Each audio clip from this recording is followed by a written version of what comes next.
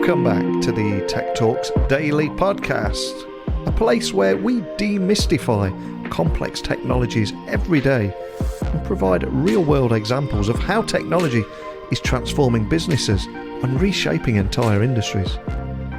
But we do all this in a language that everyone can understand. And today, Greg Gould, the COO of the Dexioprotocol, a crypto-based gaming company with several utilities, including 2 tokens, 2 NFT marketplaces, a wallet with integrated swap, and a game, is going to join me on the podcast. And their flagship product, DexiHunter, aims to be the Pokemon Go of cryptocurrency and allows players to earn crypto by hunting and collecting bounties around their cities. So I want to find out more about this, especially around the worldwide adoption of crypto bounty hunting. They had me with that from the offset. So buckle up and hold on tight as I beam your ears all the way stateside, where we're going to speak with Greg about all this and much more. So a massive warm welcome to the show. Can you tell the listeners a little about who you are and what you do? Yeah. Well, first of all, thanks for having me here, Neil, and I really appreciate it. And thanks to the listeners who are listening. My name is Greg Gould. I'm the Chief Operating Officer for Dexioprotocol, which is a gaming company that uses blockchain and crypto to enhance user experience so we can bridge the gap between traditional enterprise and the Web3 revolution. So that's the tagline, right? What does that mean? That means that we're building really fun games that are designed to allow people to step comfortably into Web3. So why are we doing that? Because gaming is an important way all throughout human history that people adopt new ideas and connect with other people and learn things, right? We use games in churches and mosques and synagogues. We use games in corporate retreats. We use games in schools. It's a great tool to connect with people. And so Web3, crypto, blockchain, NFTs, that whole kind of ethos, right, is a very important technological phenomenon that has taken place over the last, 15 years or so, 14 years, I guess. The 14-year birthday was a couple of days ago, right, for the Bitcoin white paper. And, this is something that is accelerating very quickly for the general population in terms of adoption. And we think that gaming is a really great way to help facilitate that. Yeah, I really agree with you on that. And I'm going to date myself now. And I still remember having conversations when I was at school and me and my friends talking about that one day we might be able to play games with other people around the world. And it sounds incredibly, prehistoric almost now, but that's just how far we've come. But can I take you back in time for a moment before blockchain white papers and online gaming and that moment where your passion for technology and gaming came from, or what put you on the path you're on right now, or what's your origin story? Yes, I think of myself as a businessman. I've been involved in business pretty much my entire professional life. I started my first company when I was 19 years old, running live sound for music venues around Ohio State campus where I was going to school. So I bought some equipment and I knew some people that worked in the bars that had live music, and I got hired to run sound for bands and eventually took that a little bit further and was doing fairly large events and stuff. And so that was kind of my initial step into owning my business. I actually worked in the bar and restaurant business from the time I was 16, really off and on until I was like almost 40. So in different varying capacities. And throughout that whole time, I've owned a bunch of different companies. So I'm also a musician and I played professionally for a number of years. I also taught music lessons. And my first really kind of bigger company where I had a bunch of employees it still exists today, is a music lesson company that I started kind of very organically. And so I was teaching music lessons, just started being asked about instruments I didn't teach and started getting more students than I could handle. And it just kind of grew from there. And now I've got about 25 music teachers that work out of a studio in my hometown in Ohio. And we've done a lot of different stuff. But I would say that my interest in technology really came from the music side of things initially. I mean, I'll date myself here. I had the original Mac. Wow. My grandmother bought me and my brother the original Mac in 1980, whatever that was. And so we had the original Mac. And so I've been around computers, since I was very little, although I've never really been on the developer programming side of things, right? I've always been on the kind of the consumer using side of things. And so this experience that I'm having with Dexioprotocol has been really rewarding and enriching for me, because there's a kind of ongoing joke with my team that hashtag not a developer, because I'm not a developer, but I'm involved in all of the development stuff. And so I've kind of become a developer in especially as we talk about architecture of things and how things interact. So, and I'm like the chief explainer for Dexioprotocol, right? So I have to explain things to people all the time. Yeah. And it means that I have to understand it, right? A really good way to know whether or not you understand something is trying to explain it to somebody else. And if you can't explain it to somebody else, you probably don't understand it very well, or you're not gifted at articulation. So that's kind of, my origin story. I actually first invested in crypto in 2017 or 18. I actually don't remember, but a friend of mine was trading Bitcoin and called me up and said, "Hey, do you know about Bitcoin?" I said, "Yeah, I follow financial markets and blogs and stuff." So I was certainly aware of it, but I wasn't that familiar. And she said, "Well, listen, I think we can make some money. Why don't you give me $5,000 and I'm going to invest it for you, and don't bother me about it, but I'll let you know when it's time to pull it out." I said, "Okay, I trust you." Yeah. So I gave her $5,000. Not that I'm incredibly rich, but $5,000 wasn't the end of the world if that happened. I certainly didn't want to, but I had actually kind of forgotten about it, not entirely, but she called me up one day and she said, "I cashed out," and she gave me a little less than $10,000 back. So we pretty mumuch doubled our money. And it was about, I think it was, maybe 5 or 6 months later. And then I kind of forgot about it again. I was like, "Oh, that's cool." And actually things were the whole market was crashing then. So, and I was kind of following that, but my cousin, who is kind of like a sister to me, she has been working in crypto and blockchain and in technology for a long time.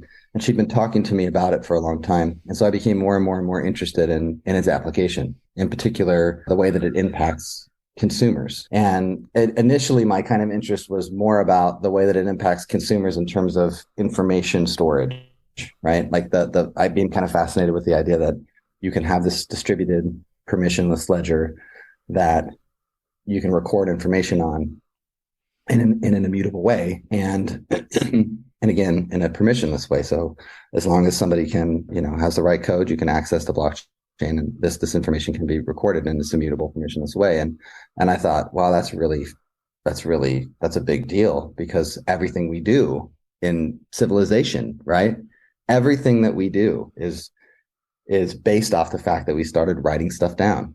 I mean, the origin of civilization is actually people writing things down. If you have like 30 people, in a group, you can like kind of remember, what's going on, or, there can be, relatively low record, right? Mm-hmm. But if you have 300,000 people in a group, people have to write things. I have this much stuff. You have this much stuff. I owe you this. You owe me that. We need this for this, so we start writing things down.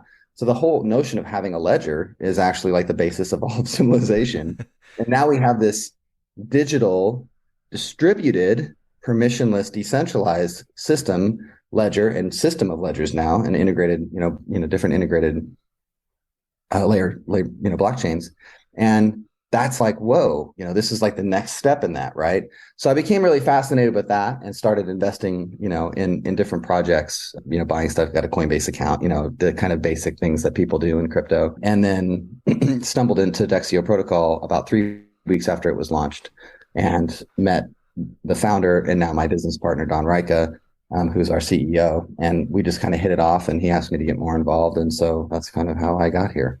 Wow, what a great story. And I must admit, when I asked the question, I was thinking you were going to be talking about growing up with gaming, etc. So I love how music played a big part in your journey too. And as you said, that path led you to becoming the COO of the Dexioprotocol, which many will know as DEXI online, which is a crypto-based gaming company with several utilities. There's so much going on there. So for anyone listening that's hearing about you for the first time, can you offer a bit of an overview of everything that you guys are doing there? Yeah. So the project was started in May 3rd, actually, of 2021. So about a year and a half ago. Actually, yeah. I think that a year and a half ago tomorrow. And after our 18-month birthday, we should make a big deal about it. But so Don started the project. He had built a prototype for an augmented reality application that used image recognition technology to basically place bounties behind objects that you would scan, and then you were able to then see these augmented reality objects based on this image recognition technology. And he had kind of initially marketed it as kind of Pokemon Go for crypto. Yeah. Now, I don't think that that's a bad description. I don't really love that description for a myriad of reasons, but because it's so much more than Pokemon Go. But so he had built this prototype, and then actually we hired some developers to help us, in particular with the augmented reality portion of it. And we built a fairly far along version of that prototype. And we realized while we were testing it that it was totally unscalable, that the image recognition part of it was going to create huge challenges if we were going to try to do this in a global sense for lots of reasons, which I won't get into. So we scrapped that and we started over with location-based augmented reality, direct augmented reality applications. So much more like Pokemon Go, actually, where there's augmented reality objects. You see those objects, something happens. In our case, we call it the container animations. Something comes out of it, you collect that thing, and then there's a whole sort of sequence of animations and then processes that allow you to then have digital assets sent to you, right? So, or just added to your inventory if they're non-blockchain assets. And I won't get into all those mechanics, but so we started, building that over. But in that time, we had also built a digital wallet using some open source and some in-house coding. And we actually started to build our own network. And we started building our own layer 1 network, which we call the Smart Dexio network.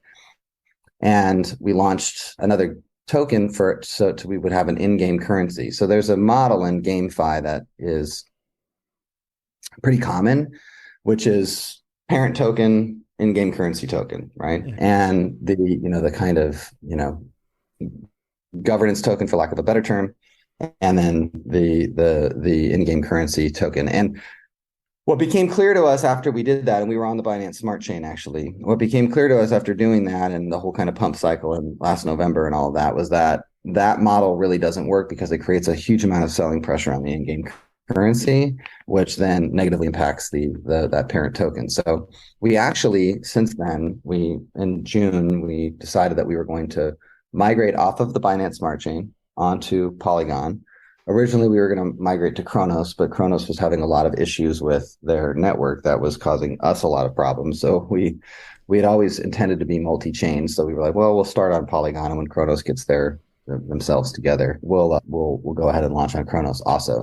So and we actually combined those two tokens down to one. So we actually, in the migration process, we had those two different tokens, DEXI and DEXI Gas, and we migrated them into one token, which is now the DEXI V2 token that's on Polygon.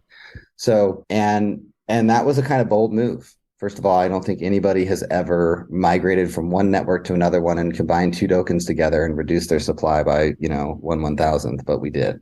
So, or 1/10,000th, excuse me. So we did do that. And that was a complicated process that kind of basically took us the summer to get through because we were trying to do a lot of things all at the same time. And in the meantime, continuing with our development. So we also have built some other products along the way too. We built a desktop game called DEXI Knights, which is kind of a arcade style dungeon crawl sword fighting game that is very cool. And it integrates the use of upgradable NFTs. What is an upgradable NFT? It's just an NFT that has metadata tracking against it. So any information that you want to track against that particular unique ID, you can, and then that can be integrated into some kind of meaning, can have meaning in a particular application, in this case, in this game. So we built that, and that's actually out for people. You can download DEXI Knights on itch.io. You don't need a digital wallet to play our games. That's a big thing for us. So for us, adoption is about disarming people. And traditional self-identified gamers are not playing NFT games. They're just not. They're either skeptical or outright hostile towards NFT gaming. And why is that? Well, because crypto has a bad reputation, and it's warranted in a lot of ways. There's a lot of really bad things that have gone on in crypto, especially in the last year, but just in general. I mean, there's just all kinds of things that have happened. And I think the traditional self-identified gamers are skeptical of anything that has to do with NFT gaming. And in fact, there's been major companies like Steam, basically has banned any type of Steam is a platform where you can download games, the biggest of them. And they've banned any NFT gaming on their platform. So there's like, there is sort of pushback against even mainstream companies against NFT gaming. So we thought, you know what, we're going to build games that have all of the traditional kind of Web2 mechanics in them, right? Digital assets that are not blockchain, skins, avatars, all that stuff. An in-game currency that is not blockchain, just like, you have Robux and Roblox. So we have DEXI Cash, which is a non-blockchain in-game currency you can earn and spend on different stuff in the games. Same mechanics, all the things that people are familiar with.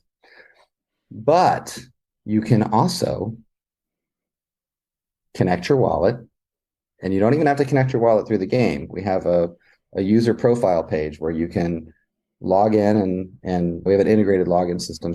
So your email address and password gets you into all of our different products. You can log in, provide your wallet address, and you don't even have to connect your wallet in the games. You don't even need to go through Wallet Connect in the games.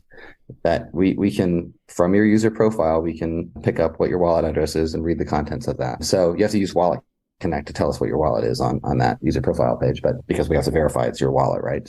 But you don't need to. You can play all of our games without a digital wallet, and you can play them without crypto or NFTs. You don't have to interact with that at all if you don't want to. And we kind of joke that we're like the Web3 drug dealers, right? We're like, here's a taste, man. Here's a taste of some Web3. So we're intentionally building the games. Dexi Nights is done this way, and then I'll talk more about the augmented reality application that we call DexiHunter is also built this way, where you are in no way forced to use Web3, crypto, blockchain, NFTs if you don't want to. But that stuff is there if you do want to. And certainly it enhances the entire experience in the game if you use crypto, NFT, and blockchain. That's why we call ourselves a gaming company that uses crypto and blockchain technology to enhance user experience. We build fun games. We put the NFT crypto portion of it there for people to use if they want to. And when they do, they find that it's a better overall experience in gaming. And that's the thing that we've found really, Neil, has been the most, I think, fact. The game developers that we've hired and different gamers and even people on our team that are, kind of hardcore gamers, they've all at one point or another been skeptical of NFT gaming. But as soon as they actually, figure out what it is and start to play NFT games, Web3 games, they really like it. And your traditional self-identified gamers, I'll give you some statistics. In the US, 75% of all households have at least one self-identified gamer. Mm-hmm. And 41.6% of American millennials polled this year said that they're spending between $91 and $150 per month on gaming. Okay. That's a lot of money. Your average casual gamer is spending between $70 and $80 per year. Okay. The average self-identified gamer in any age group is spending between 4 and 7 hours per week playing their favorite game. That's just one game, right? So this is a huge amount of time, a huge amount of energy, and a huge amount of money that these people are investing into their games, right? When you bring Web3 to that and you say, hey, listen, Web3 is not about crypto and scamming or whatever you think it's about. It's about ownership. You get to own your digital assets. And when you're tired of playing that game, or when you want to upgrade to some other avatar or whatever else you want to do, you know what you get to do? You get to take that money you've invested into those digital assets, and then you can sell them to somebody else in the ecosystem and get some of your money back so that you can, that's how an economy works, right? That's what an economy is, right? An economy isn't just money being printed and going everywhere. It's I get some money, I spend it on this, then you spend it on that, then you spend it on, that's what an economic model is, right? And so once you get these people to see that and to have that experience, they like it. That's why I joke that we're like Web3 drug dealers, because we do find that, and I mean, not everyone, some people are like, it's not 100%, right? But when you tell somebody, hey, if you're going to invest, I mean, let's just do the math on that, right? Let's say you're spending $100 a month for, a year, that's $1,200, right? Mm-hmm. If you do that for 4 or 5 years, like some people who've been playing League of Legends, you're talking about, $5,000-$6,000, right? That's $5,000-$6,000 you've invested plus 4 to 7 hours a day for 4 years. That's a lot of time and money to then just be like, okay, I'm done and walk away from it. Now, granted, you've also gotten a lot out of that, right? Especially if you're playing, like you said, the games that people can interact online with each other. You're connecting with other people, you're playing with your friends, you're having good experiences, all those things. So that's what you're paying for. But when you tell people, hey, yeah, but you can take a little bit of that back out with you or all of it back out with you, that's a big deal, man. It really is. And I love that approach because, well, I must admit, before you came on here and I read about DexiHunter and how you're aiming to be almost the Pokemon Go of cryptocurrency, and it allows players to earn crypto hunting and collecting bounties around their cities, I was kind of divided. There's one side of me that thinks incredibly cool, where do I sign up? But then from an increasing adoption side of things, I'm thinking people love Pokemon Go because they just hit download the app and then off they go and they start playing. As soon as you start introducing, you need this wallet, you need this, and you need that, then you're introducing friction points. And I really love your approach here of how you just put it there. And people, I think, once they've got used to the game, they love the game. They think, oh, okay, let me check out this feature, let me check out that. And before you know it, you've got that gateway, you've got them in there, like that analogy you use. But I'm curious, how has it been received by your community? It's been so DEXI. Well, let me just touch on a point that you made that is really important, right? Friction points, right? Yeah. That's a really important thing because we actually have a Twitter space later today with the people from Polygon and a project called Len Finance, and we had a prep call, and the lead dev from Len was talking about the UI integrations that they're doing, which are very cool, to minimize those friction points, right? Because the reason why Amazon is Amazon is because you just go to one place and you can buy whatever crap you want to from whoever you want to, and it's all it's all centralized into one experience for you, even though you're interacting with maybe hundreds or thousands of different companies, right? That's why it works, because at the end of the day, people want things to be simple and easy and not have to think about it. They don't care about all the mechanics of how things work, right? Yeah. They just want things to work, right? I don't care about when I go and start my car, I don't know anything about cars. I just want my car to turn on. And if it doesn't, then I don't like my car. If I have to go through, a bunch of stuff to get it to work, then that's not a good product for me, right? Even if it does work after I do all these things, I don't want to do all these things. I just want to press a button and make it work, or turn my key and make it work, right? So there are friction points, and there's these friction points that we really can't get away from, right? Because in the end, if you are going to interact with crypto and blockchain and NFTs, you do actually have to have a wallet. Now, there are integration platforms that are making big strides and even simplifying that process for people where they don't even realize they have a wallet. There's a great project, which actually, if you can, get these guys on your show, they're really fascinating dudes. But it's a project called UKISS, and they have a cold storage wallet. But the way that they have their whole thing set up, and I won't get into too much detail, it really simplifies the whole process where you just get this thing in the mail and it's already set up for you. You just it's plug and play. You just, you stick it in your USB drive and boom, it's all, you have to get the software, but it's all working already. You're not getting a seed phrase and, private key and all these things, so you're not going through all these hurdles. So there are these friction points, which, we do have to deal with, and so what we're doing right now in our beta with DexiHunter. So we are in a global beta. You can download DexiHunter on test flight. You can download it in the Google Play Store. I think it's called, I'm not an Android person, so I think it's called Early Access. And, so we're trying to get as much feedback as we can from people about these friction points, So we have a pretty big community, and, we've had about, I think, a little over 6,000 downloads so far. I didn't check the numbers today. So Play Store is a little harder to get statistics from. The test flight. The App Store is much more developer friendly in that sense. But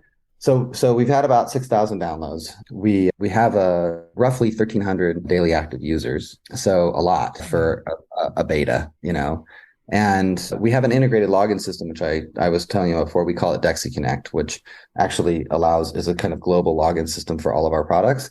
And we have about 70 new people signing up for DEXI Connect every day, average. So it's going really, really well. And we're having, I don't know how many bounties are being collected every day, but it's a lot. So, and we're seeing, we have revenue models in place, which is a huge, very, very important thing to me and to the project in general is about sustainability. Like there has to be revenue coming back in. If your only model is token liquidation or bringing in VC capital, that's your model for making money, then you're running a Ponzi scheme.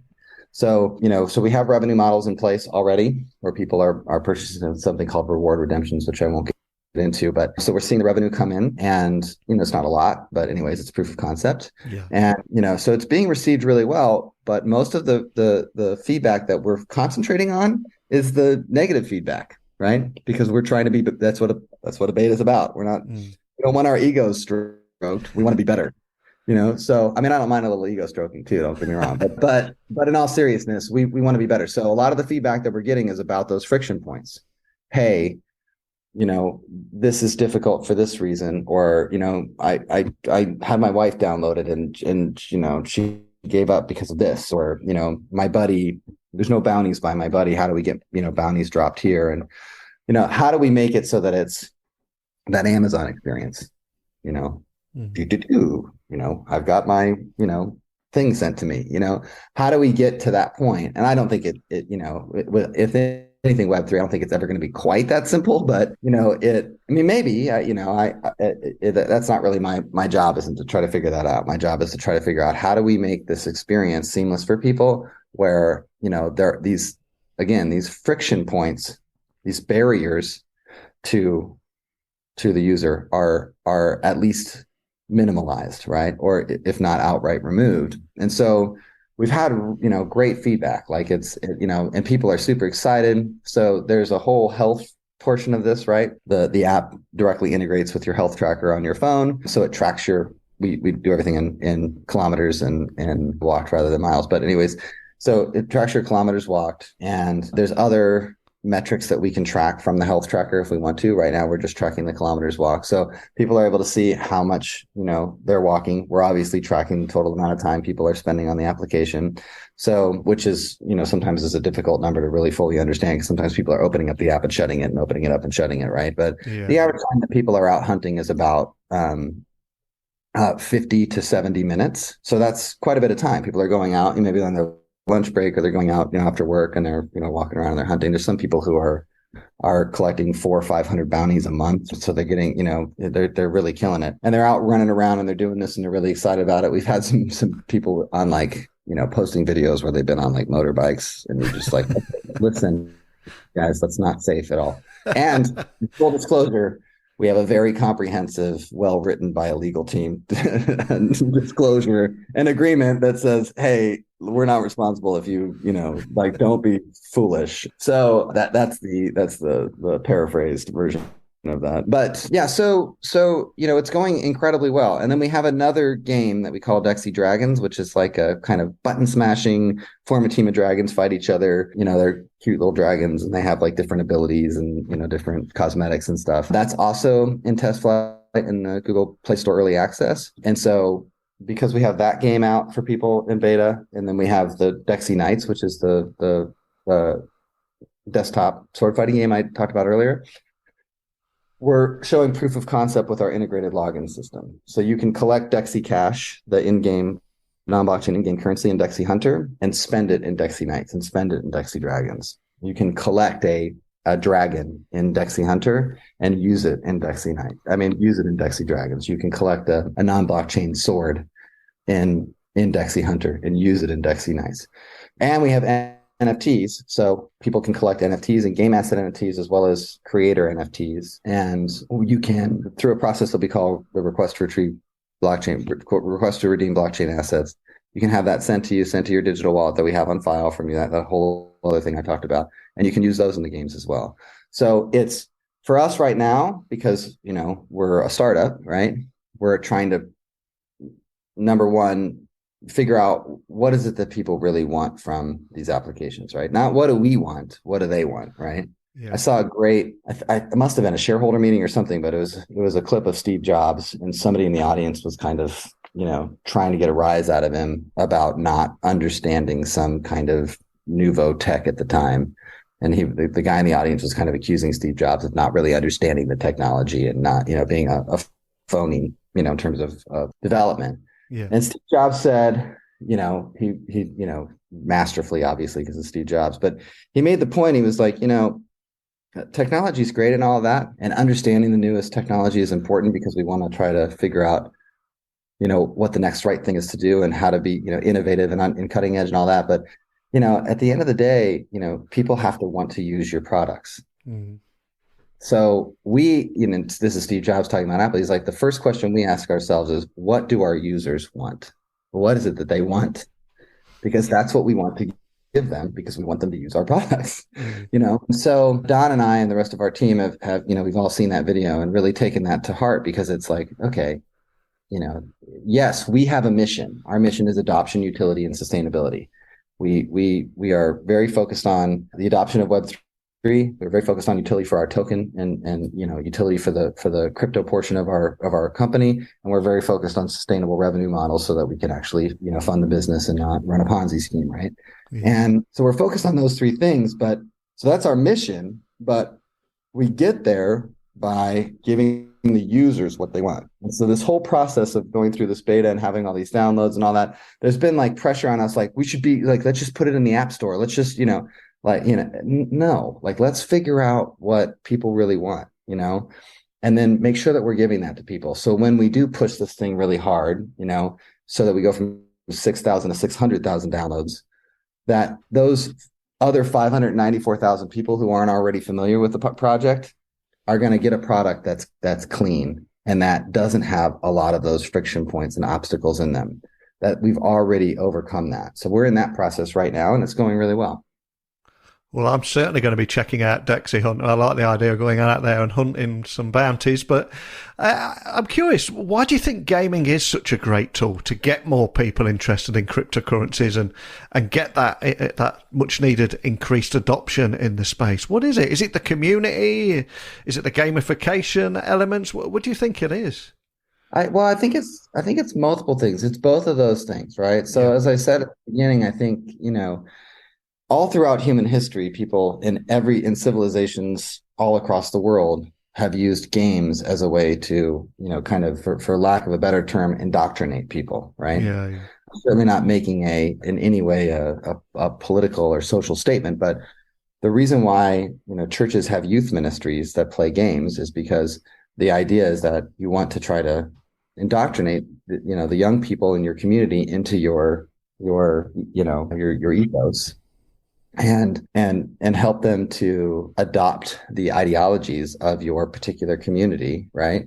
And the way that that's traditionally done, and the way that that's most commonly done, most effectively done, is by playing games. I mean, how do we, this is how music kind of plays into this. Music and gaming are kind of, most gamers, or most musicians are gamers. I don't know if you know that, but most musicians play games. We teach through gaming and music. We play games and we sing songs, right? What do we? How do we learn the ABCs? We sing a song, right?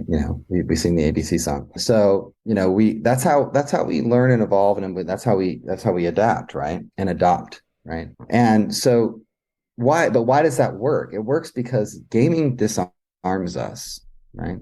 We're naturally kind of like, anything new, right? Is like, that's kind of like human condition. Anything that's new to us, it's immediately like, I don't understand that. That's new. And what gaming does, fun games, having fun, it breaks down those walls, right? And it allows us to kind of open up to new ideas and open up to things, and learning becomes fun, and adopting and educating yourself becomes a fun thing. It's not like a chore, And so I think that the gaming is really important to crypto adoption, because we're going to get a lot of, first of all, I already went through the statistics with you. 75% of all U.S. households have one self-identified gamer. There's roughly 7.5 billion people on the planet. Whatever, there's almost 80% of those people on the planet are playing games in different forms, and more than half of the population is playing mobile games. Right. So not all the time, not every day, but there are casual gamers, and then there's self-identified gamers. Right. So people are already playing games. It's not like it's not like a new thing. So we're already playing games. We're already familiar with the gamification process, especially in traditional Web2 gaming, right? And so if we can take that Web2 gaming and the thing that people already understand, what's the way that we learn? Most of the time when we learn some new thing, we actually take something we already know and then compare it to the thing that we're learning, right? That's one of the ways that we learn, right? We're like, oh, that's like this. And so then we can then incorporate this new thing. Okay, I understand because it's like something I'm already familiar with, right? So we take Web2 gaming, people are already familiar with that. Okay, I understand that. Oh, but there's this other piece of it in here. Oh, but it's like this. But it's this now it's got this digital wallet aspect and this the ownership portion of it.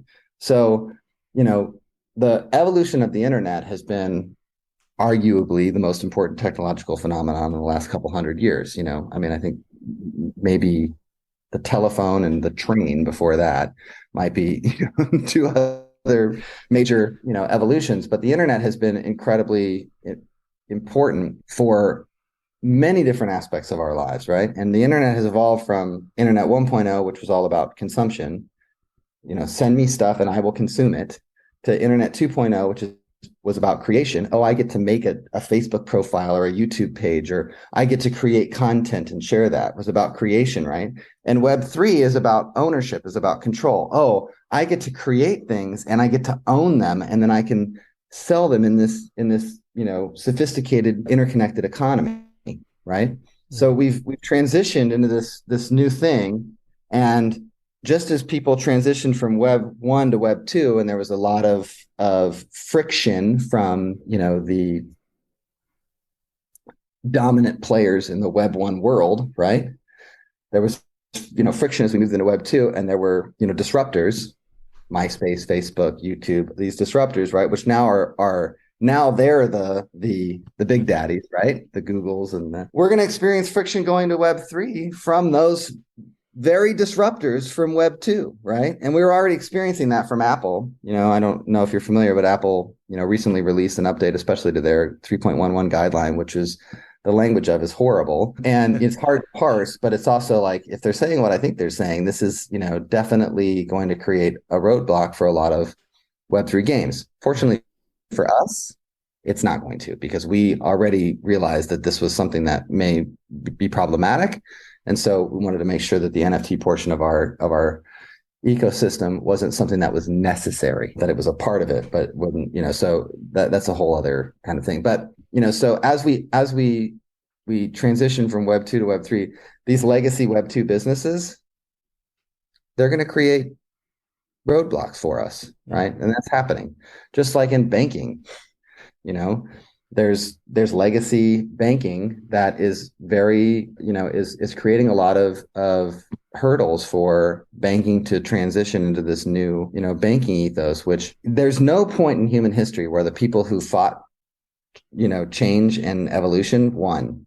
It just doesn't work, so like, when I don't, I understand, like I said, like the Facebooks and the Googles and they were the disruptors who took over the transition from Web 1 to Web 2, and now they're the dominant players. They're the legacy businesses, and they're getting in the way of this transition to Web 3, right? And maybe once the the major Web 3 players, get sorted out, 10, 12 years from now, right? We'll be having the same conversation about whatever Web 4 or Web 5 is. And those same, people who are disrupting now will be the legacy businesses that's kind of the natural way of things. But for our part and for my part in this, we devoutly believe and understand that blockchain in general and NFT technology specifically, along with all of the mechanics that crypto itself, the important ways that it plays into all of that.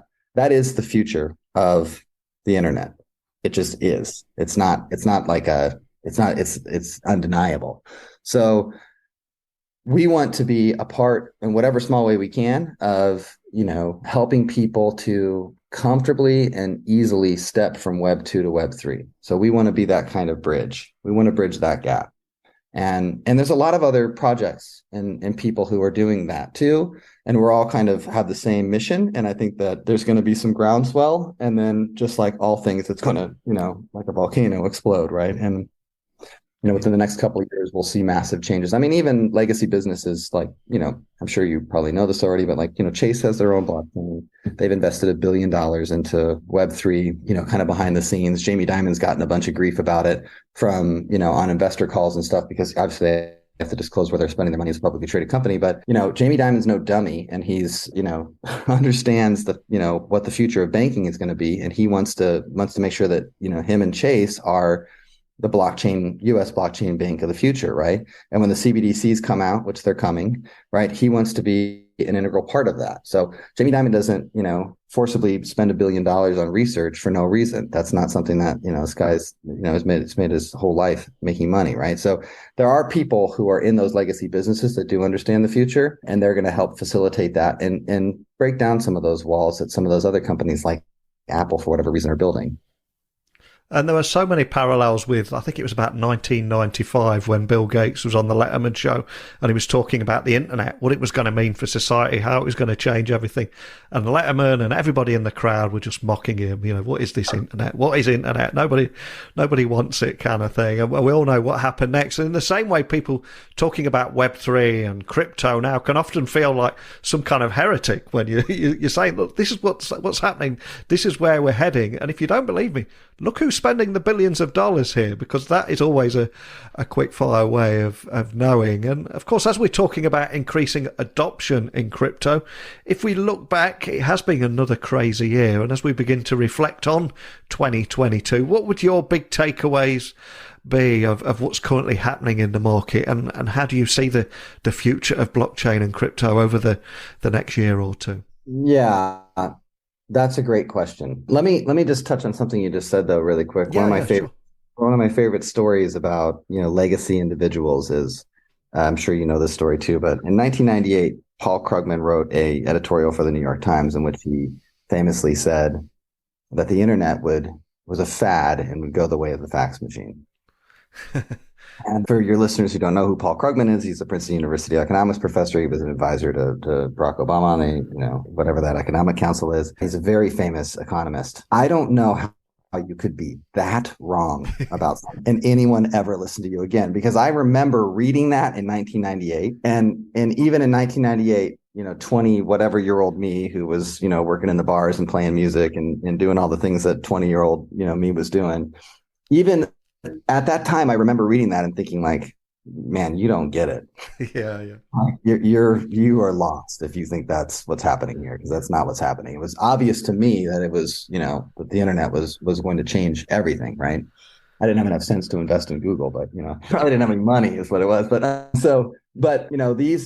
these stalwarts of the world, these thinking legends, don't always get it right. Yeah. And, so it's important to balance that with, some of the people that you think are thinking in a more advanced way. Like I mentioned, Jamie Dimon, but there's a lot of other, legacy people, anyways, important people in legacy industries that are getting behind Web3. Atari just announced that not that Atari is some huge thing, but anyways, they know that they need to try to capitalize on some of the market, they need to gain some of that market share back. Right. And I don't know if it's the same people at Atari. I doubt it.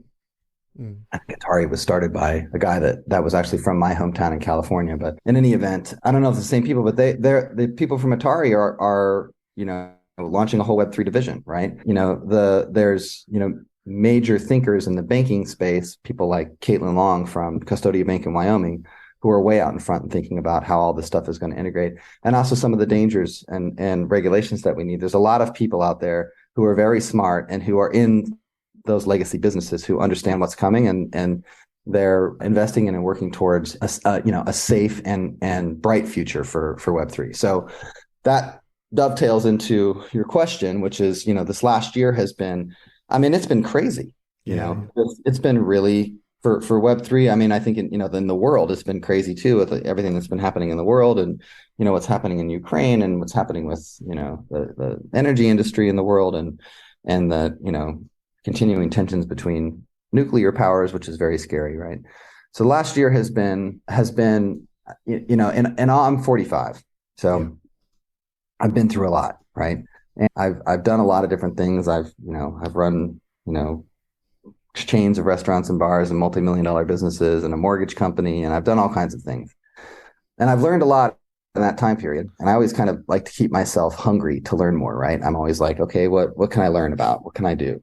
And that's something my father and mother both taught me, is to always remain kind of, open to learn things, right? And something I try to share with my children. But this last year, I think of all of the different periods of my life in which I've been through a lot of different things and learned things, has been one of the most important experiences for me, understanding how it's been eye-opening in a lot of ways, because the things that have happened in the Web3 space have really kind of like opened my eye, like, wow, this is what goes on in the stock market, and this is what goes on in the, it's been like a very acute, experience. And I think in particular, I was at Bitcoin 2022 in Miami in April. And I remember Don and I, my business partner and I, we went there together, partly because we wanted to get together and work, and partly because we wanted to go to the conference and see what it was all about.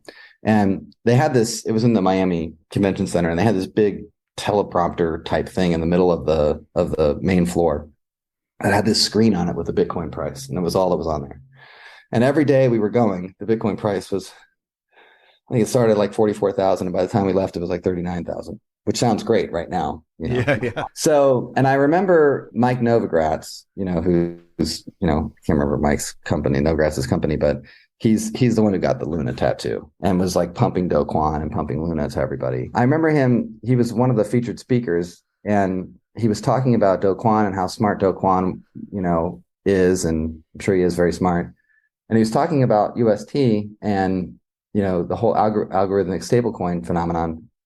And I remember looking at Don while we were sitting there and going, so he's saying that there's nothing backing that up. That's what he's saying, and it's like, okay, that doesn't sound good to me. And then we actually met this guy in line at one of the food trucks who was being brought in from the financial sector by some company. He wouldn't tell us who it was because he was under an NDA, but he was like, telling us that he was going to, help revolutionize all of these, traditional companies so that they would invest part of their portfolio into these, high yield stable coins that were yielding 10, 12, 14%, whatever. And I was sitting there with this guy and I was like, you do understand that that's like not a rational thing in any way whatsoever, right? You can't have like unending 12, 14% gains. Like that's not functionally possible. And he's like, well, why isn't it possible? Well, because value doesn't come from numbers on a computer. Value comes from, human innovation and human labor being injected into resources. That's where value comes from. And that doesn't happen at 14% gains. It never has. And in an instance in which you have people who are, shilling, high gains over long periods of time, are running Ponzi schemes. And this guy, got kind of frustrated with me and walked away. And I mean, it wasn't that bad. It wasn't like he was like, but I mean, he was clearly like, you're not a believer. I'm like, well, no, I don't believe in irrational stuff. So now, if I was really smart, or, if I was really money hungry, I would have shorted all these things at that time, but I didn't. So, full disclosure, I've never shorted anything in my life. Something about it seems really gross to me, but like, I'm betting on this to go down. I want this to collapse. It's like, I don't think that's not where I want to be. Yeah, cool. But nothing against, people who short, like whatever you want to do. So, but the point of the story is that like, it was clear, and there were other people that I was talking to that it was also clear to, when the Time Wonderland thing went down in November, and that collapsed, there was a bunch of people I knew, including people who were heavily invested in DEXI, who were also invested in Time Wonderland in November. And I was telling those people in November, get out. Like, you can't have 40, 50% APR. Like, that's nuts. That is like, get out of that, because that is definitely going to catastrophically collapse. And thankfully, most of them did. Before it collapsed, right? And then it collapsed. And the funny thing about that is that because I called that and a couple other things, people are, I get this, reputation like, okay, well, what's going to be the next big thing? I'm like, I'm really good at calling collapses. I'm not that great at calling the super gains. Although I've been a successful swing trader, I won't deny that. But in both stocks and crypto, I've done, reasonably well swing trading, but I don't do it anymore because it just takes too much time. But the point of me saying all this is that you have this, this cycle that, really crypto went through in 2017, 2018 already with the ICO cycle, and, this huge amounts of money pumping into these really loosely written white papers, and, a whole bunch of scamming crap happening, like the Quadriga CX thing and BitConnect and all that stuff, right? So we went through this cycle once before, and it's like we got back into it again, and it was like a lot of really the same stuff. I mean, what the guys at Celsius were doing and what the guys at Voyager were doing and what the guys at Babel were doing and what the, more recently the Hodl Not thing or Freeway. This is like really Time Wonderland. And, this is really pretty classic Ponzi scheme crap, and I have a kind of a saying that I say to, especially the people I work with, like, if it floats like a duck and it looks like a duck, acts like a duck, it's not a lion. It's a duck. Okay. Like if something seems too good to be true, so I think the biggest takeaway for me from this whole experience has been like me realizing that all of these other cycles that I saw us go through in the late 90s and again in 2005 to 2008. I was in the mortgage business in 2005 and 2006. And I actually got out of the mortgage business because I could see the writing on the wall. I was like, this is nuts, And as a sort of a similar experience, the woman that trained me to do loan applications told me, she said, Greg, the average home in the state of Ohio is increasing value at 7% annually. And I said, okay, well, that's not going to stay that way. And she's like, well, why isn't it going to stay that way? I said, well, because Vicky, inflation is 3.2%. So if the value of people's money is increasing the value is decreasing anyways, but if you have the rate of inflation is being the value of your home is doubling the rate of inflation, it won't be very long before people's income is unable to sustain the payments on their homes. Yeah. And she was like, well, that's just how this works though. And I was like, no, it's not how it works. That's how you create a bubble and things collapse. So, and that turned out to be true. Also, again, I didn't short anything. I did actually make some money in the 2008 cycle. But I was just playing the swings in that. But the point I'm making is that, like, for me, it's been the recognition that, wow, like here we've gone through the cycle again. Crypto already went through this back in 2018, kind of went through it in 2015 too. This is a cycle that is in a micro way related to macro cycles that we've also seen from, in the late, the .com crash and the real estate crash 2008 and the crash that we're looking at right now. All this stuff is, even the stuff that happened in the 70s, if you look back historically. I'm actually trained as a historian, Neil. So my degree in school is in history. So I got my degree from Ohio State is a Bachelor of Arts in history. But so, you look back at all these other cycles and it's like it's the same thing happening over and over again, and it's the human condition, or I hate to call it a fault, but it is kind of a fault of like, if it's too good to be true, if it looks like a duck and it quacks like a duck and it floats like a duck, it's not a lion, like it just like, that's not reasonable. And I think a lot of people even understood that and understand that and think they're going to be the lucky ones that get out on the top, and it's like, okay, let's build things that don't require that most people get left holding the bag as a very few people get out on top. Let's build things that don't do that. Let's build things that actually, have a utilitarian perspective, the greatest good for the greatest number of people. Let's try to build products that have real use cases and crypto that has real utility, so that there's embedded utility in the products themselves, and that the token, can be the token value for the speculative traders and the people who are trading can be sustained through that utility, right? So I was going to say, speaking of that, we've done a great job of providing an overview of everything that's happening out there at the moment, but there will be some loyal members of your community listening, just hoping to get a few teasers about what they can expect from you guys in 2023. So I appreciate you probably can't share too much, but is there any teasers or anything around your big focus you can share?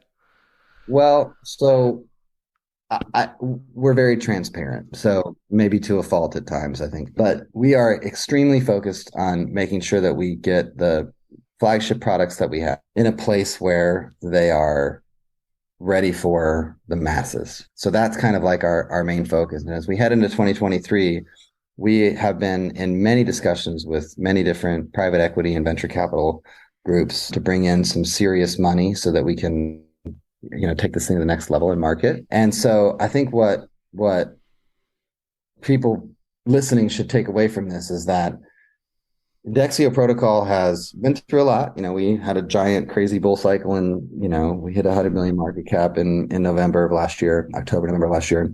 And we saw 90%, 99% declines and kind of kicked back up a little bit. And we went through the migration. We've been through a lot and we've survived it. Right. And, we've continued to stay focused on our mission, which is adoption, utility, and sustainability, and building great products.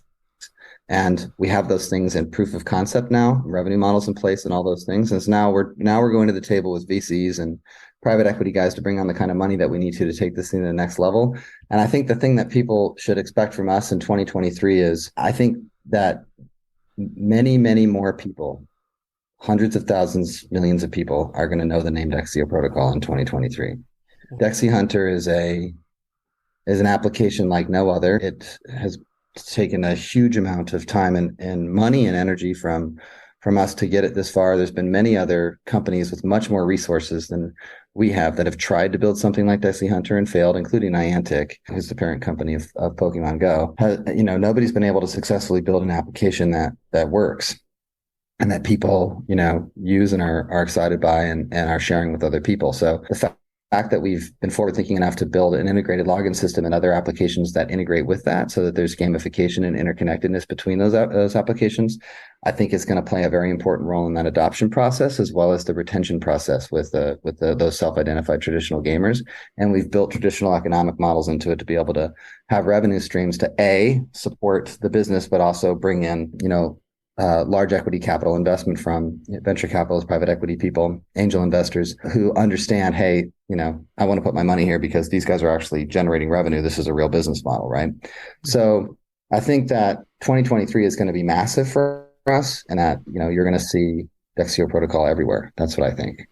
Wow, incredibly cool. And I would also add that something that will also make that possible is your passionate community out there. I know it's a very vibrant community, and for people listening that are hearing about you guys for the very first time, maybe they want to join your community, maybe they want to find out more information, download the game, or just re-explore some of the things we talked about today. What would you say is the best starting point to point someone towards that is listening that can get up and running? We've always been very Telegram heavy, but Telegram has become overwhelmed by bots and scammers and all kinds of stuff. And so we are actually transitioning to Discord, partly because Discord is a better service for gaming communities anyways, because it has more options. And again, we like to think of ourselves as a gaming company first, but they also do a better job of cleaning up the riffraff on their platform. And so we're transitioning away from Telegram to Discord. So the best thing to do is to find us on Discord. Is a very simple search of Dexioprotocol on Discord. You can go to our website, www.dexioprotocol.com. You can download our white paper, read about, all the things that we're doing. You can actually, the website itself is full of a ton of information about our, the business model, all of the applications, all the download links are there. Obviously the links to buy DEXI itself are on the website. And, more information about my entire team, about us, about our vision, and, all the other subordinate products to DexiHunter and the games are also there for people to be able to download. You can go to our NFT platform, nft.dexioprotocol.com. You can go to our staking platform, staking.dexioprotocol.com. So we have all of that stuff up and running, and people can interact with it directly through the website or, again, by coming to the Discord. Well, as I said at the very beginning of our conversation, you have so much going on at Dexioprotocol with this.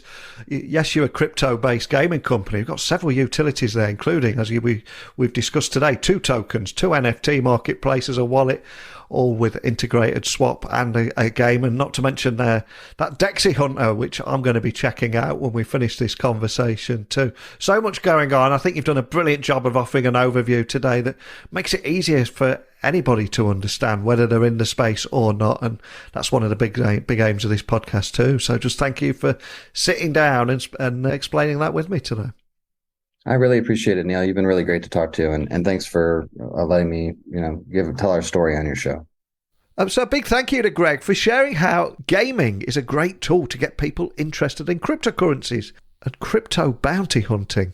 What it is, how does it work? I'm going to be checking that out myself, I've got to say.